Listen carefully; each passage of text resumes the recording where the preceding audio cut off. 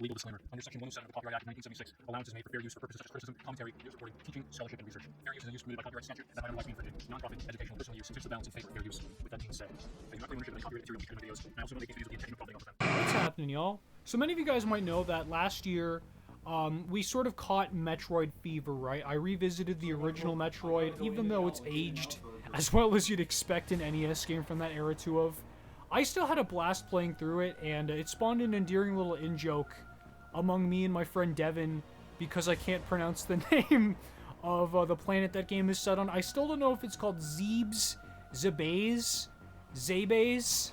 I don't know, we're gonna stick to rabies around here. Then of course we moved on to trying out Metroid Prime for the first time after I decided to get the remaster that came up for the Switch. And after scoring a copy of Metroid Dread in a bargain bin, that sort of motivated me to go back and finish the job when it comes to collecting the old 2D Metroid so that I can eventually do a marathon of them with you guys someday. And the last game I'd been looking for to complete that set was Metroid Fusion, which I talked about during the end, like the retrospective-y part of the NES Metroid playthrough. But recently I finally scored a copy of it through many trials and tribulations. There were scalpers abound, man. They had been going nuts with the 2D Metroids ever since Dread came out. And of course, as one does when looking for a very sought-after cartridge game, there were many bootlegs I was able to sniff out. And I posted some pictures of a lot of the very absurd listings that I came across on eBay on my Instagram story. And of course, you know, I hadn't done an episode of bootleg busting since Pokemon Emerald. That was like way back in, like, I think almost Valentine's Day, right? Last year. So I did a poll asking if you guys want to see more bootleg busting, and I find it endearing because, of course, it was very warmly welcomed back by the polls. So, by decree of the majority, I announced the return of bootleg busting. Again, today we're going to be doing a Metroid special. So, yeah, sit back, relax, get yourself some snacks, and let's sweep some minds, looking at the reddest of red flags a Metroid collector could ask for.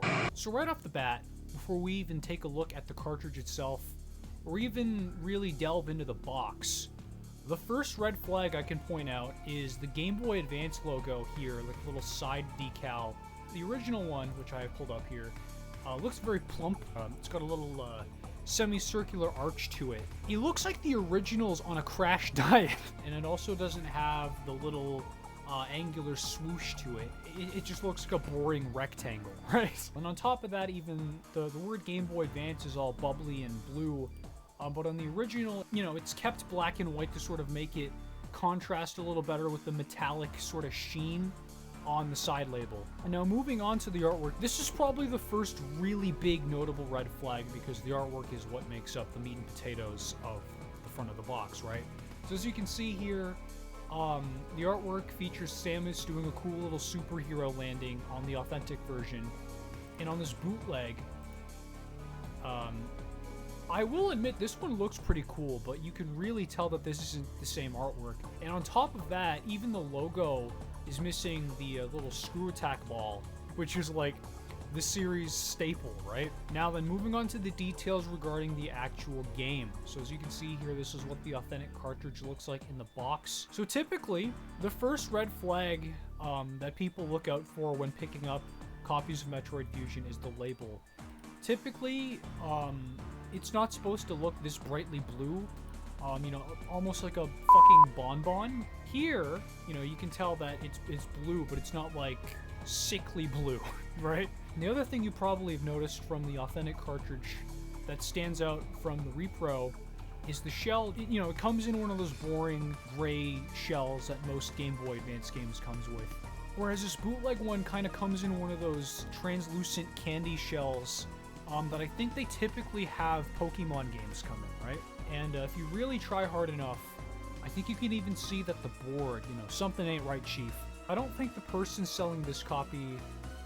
Yeah, there's no pictures of the open board, but I posted a picture of my copy with an open board, and from what I can see here, the stars ain't exactly aligning when it comes to the components I can see sticking out of the back from this label. And I suppose the last set of differences we gotta look at now is the back of the box. So as you can see here, I will admit, I think this artwork is way cooler. There's this cool font there, sort of selling some taglines about being hunted down by the SAX. Whereas with the authentic cartridge, you know, this just looks like a page of Nintendo Power magazine with some screenshots of the game, some descriptions of it, and then I think there's some artwork of the bosses. To me from the future here, a few hours after recording this, I looked into some of the regional differences with the box art for Metroid Fusion, and none of the official ones seem to match.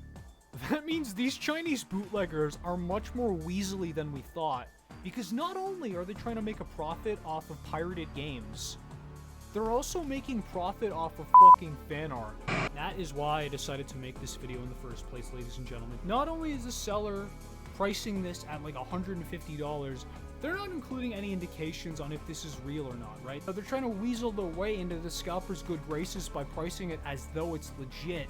And I get that they put a smidgen of effort into giving it like a fake box and everything, but then again, that box is made out of fucking stolen fan art, right? And that's the other disgusting thing that these scalpers are responsible for. Like, this is an overlooked part that I never hear brought up in these sorts of arguments, right?